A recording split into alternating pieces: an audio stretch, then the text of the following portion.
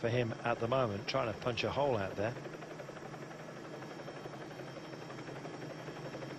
12.4 kilometres to go. We've got Lotto Jumbo. Moreno Hofland is their man. Good lead-out man as well. Rob Wagner, don't forget.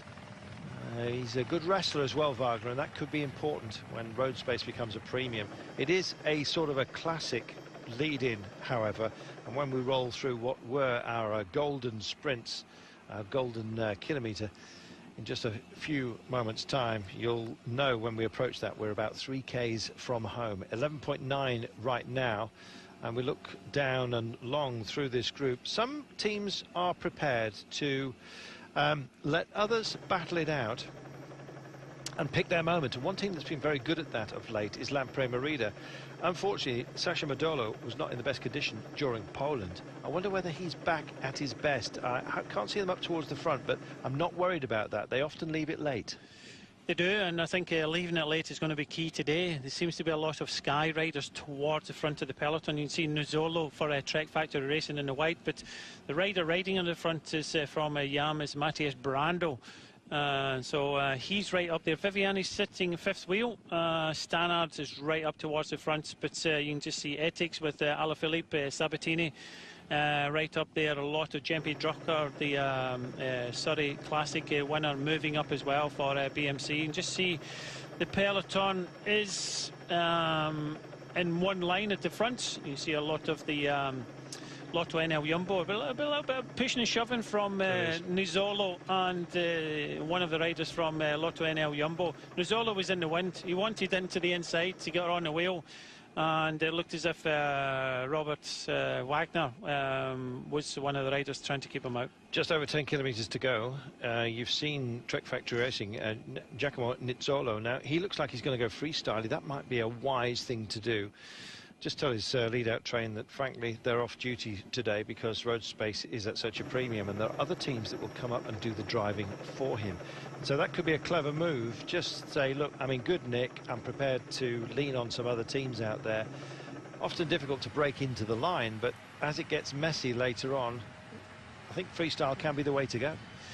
Yeah, I've already noted that Stanners Gardini is kind of freestyling at the moment, but you can just see a lot of road space being used up, not a lot of room to move. 10 kilometres to go now, and it's Orica Green Edge starting to put numbers towards the front. We've got Danny Pate and Bernie Eisel riding at the front of the peloton. Quincy Atto looking after Jempe Drucker in the orange glasses for BMC. So a lot of teams putting the rider into position, but still a long way to go inside the last 10 kilometres, and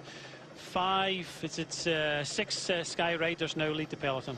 Well, it's a luxurious thing to be able to get into a lead-out train. We've talked about riders freestyling. What we mean is that they're prepared to work into other teams. I'm cycling just coming up. You can see their Latvian champion just manoeuvring himself for the time being, but that's Sarah Montins just working to try and get Heinrich Hauser and Van Genechten into position. But Sky at the moment happy to take on the duty. Looking for Lotto Soudal and, of course, Andre Greipel, and that's not a great thing to happen, unfortunately. And it's Gastow. Didn't think it was him, but it is.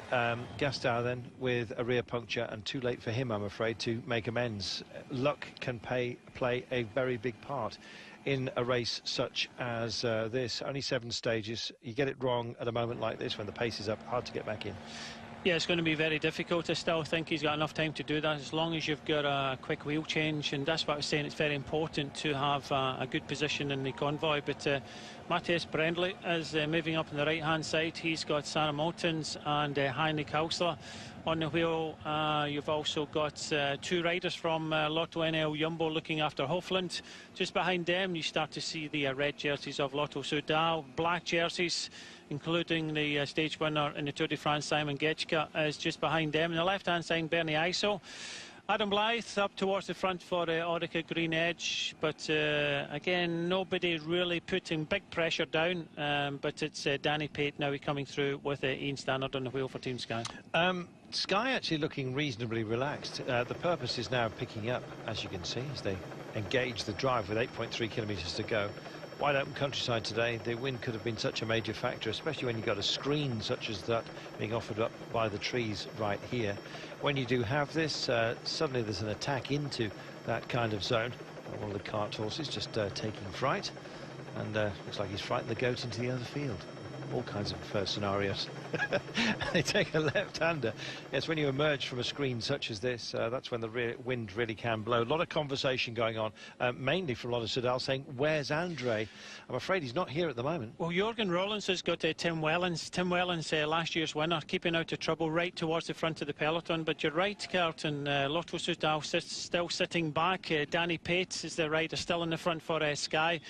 One of the interlopers on the right-hand side, Top Sport Vlaanderen, and the right-hand side again, Benoot bringing up Seberg. Behind, you can just see Andre Greipel. So still a long way to go, 7.5 kilometres, but the teams are just trying to get information.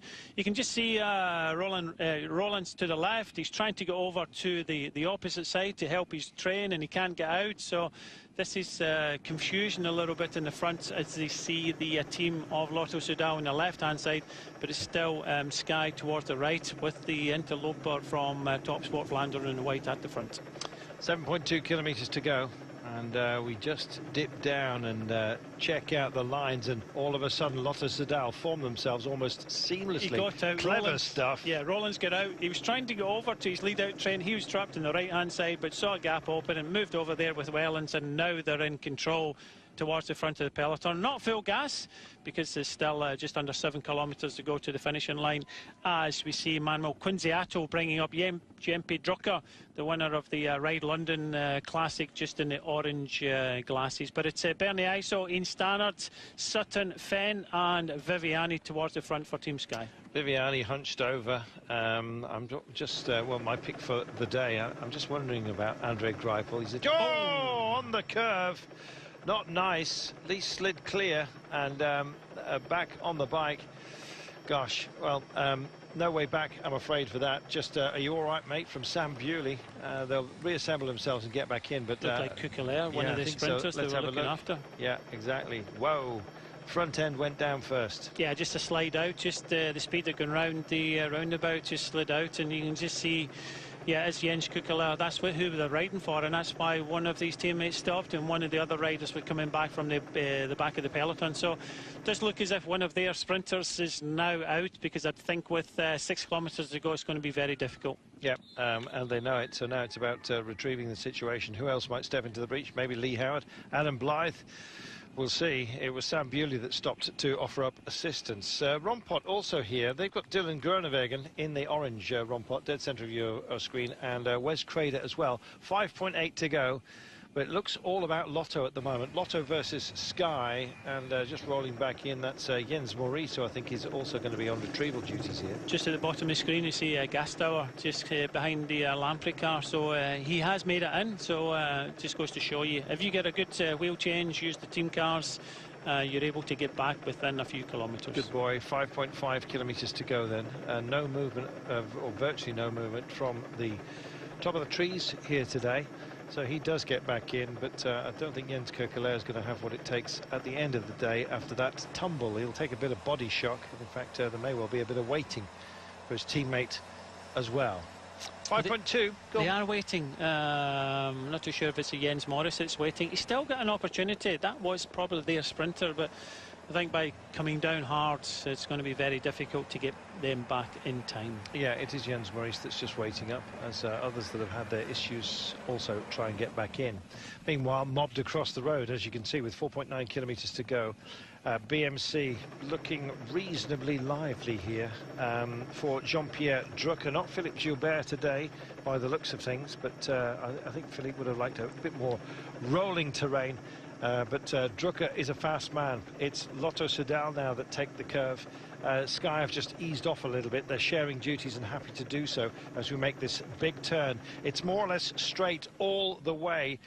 You have a sort of a 90 degree, and then it gently bends right and then left, sort of a gentle shimmy, if you like, and then reintroduces to the full straight, and Sky want control at this point. So the road gently wavers and evens out in about 200 meters time. It's sort of highway link roads that we're on right now, and then it's more or less a straight road all the way to the line. A few gentle curves, but nothing to diminish the speed of the approach. Not at all, and it's Ian Stannard, the former British champion, on the front of the peloton. Team Sky still have 3 riders, 4.1 kilometres to go, and just see behind them the Lotto Soudal just waiting to pounce. On the right hand side, see some of the riders in the black coming up for Giant Alpecin. But Lotto NL Jumbo still have 4 riders up there, 3 of them looking after Moreno Hofland. Sky then on the drive. This is about getting... Oh, he's made it back. He has made it back in, and I'm just trying to see whether Kirkelaire, what sort of nick he's in. There we are. He's got some road rash, I'm afraid. Going to be a bit painful. I can't see him being a major contender at the end of the day, not with 3.5 kilometres to go, but at least he's back in, and he'll hold on to his time, and he'll live to fight another day in Breda tomorrow. 180 kilometres there, and it'll be Ardoi with 171, Antwerp the 14k time trial, and then of course we head off to the Amstel Gold, the Liège-Bastogne-Liège, and the Flanders venues, very familiar to you. Early rolls of the dice. Anybody going to be tempted here? Not just for the time being. It looks like the lead-out trains have got this one nailed down, and Team Lotto Jumbo, working for Moreno Hofland in the yellow and black, also involved. 3 kilometres to go. This is the golden kilometre zone, by the way. That was the first of those little intermediate bonus sprints that we had earlier on that proved so popular with everybody. The breakaway went through and hoovered up all the bonus seconds. There was 3, 2 and 1 available on 3 occasions. Good idea, some of you are saying. Many of you still waiting to declare your interest in that. Right now the interest is all about the approach, and frankly it's looking like Trek Factory Racing have got themselves sorted out. Giacomo Nizzolo today is one we haven't overly considered for the men with the white shoulders, left hand side of your screen. Well, Chris Sutton is just in his final turn for Team Sky, which only leaves Andy Fenn at the front of Scott with Viviani behind, and surely for the last 2.5 kilometres Andy Fenn cannot go full gas with Viviani in the wheel, so it does look as if there is not one team controlling the front of the peloton. They're trying to get organised. Even Lotto NL Jumbo in the yellow are all over the place. It looks like a very messy sprint. Yam Cycling trying to get over, trying to connect with their sprinter. Coming up to 2 kilometres to go. Heinrich Hausler, the Aussie champion, is still in the mix, but it does look as if in the right hand side you've got Trek Factory Racing with Nizzolo trying to come through. Don't discount Porcef for Team Katusha as well. He's got Jacopo Guarnieri as well, who can help out in situations such as this. And Demar's in position for Francis Ticheur with 2 men. And here comes Greipel and the Lotto boys. Now, he is right at the back of this and getting disengaged, just squozen to the side of the road. He's cut away from his own lead-out train. He's got to make up ground right now. Didn't like that at all. And a man like Greipel shows his emotions on occasion, just tries to ease up. Everyone else is doing the same, and that's played into his hands. It's reassembling for the men in red. They've got Greipel back. Dodgy moment for them. Big attack going from Tinko Saxo as well. Just, I think, probably going for safety apart from anything else. They've got Mick Rogers, though, don't forget, and Pavel Brut. Can they possibly have caused something of a shock today? Tom Bonan's calling for assistance as well, but Lotto still have it with 1,200 metres to go. It's just so messy at the moment, and again, Greipel gets pushed out his lead-out train. Ethics take over on the left-hand side. Still the rider from Lotto Soudal looking behind. They do not know. Greg Henderson goes, but they do not know where Greipel is. He's definitely not in the lead-out train. They see they're looking behind. Yeah, Greipel's going backwards at the moment, and this is a big opportunity for just about everybody else, and it looks like Lotto might have to just go for secondary choice today. Yeah, a lot of riders trying to push and shove. Everybody looking behind, a crash in the peloton. There we are. So much skirmishing going on. There's a few smiles, bizarrely, from those who are caught out. Not going to have to do any duty today. Is he going to be surprised? Is it going to be Tom Bonan today? Nicky Terpstra picks it up and starts to inject a little bit of pace. It's an absolute mess. It's spread wide across the road, and I don't think it's going to be Andre Greipel, or if it is, he's got to go freestyle, and he's got to go from now. 200 metres out. Well, proving he can go freestyle, perhaps. Greipel's been angered. He's got Viviani with him. Viviani's coming through. Super job as well from Trek and Nizzolo. Nizzolo hitting the line first, and Viviani steals it from Nizzolo. Drucker in 3rd place, and the man who was bullied out there was the gorilla. What about that, Brian? Oh, what a messy sprint that was, and yeah, a lot of the lead-outs had already been used up, but Viviani came through. He just sat there, found the right wheels, just surfed the right wheels. We'll pick him out in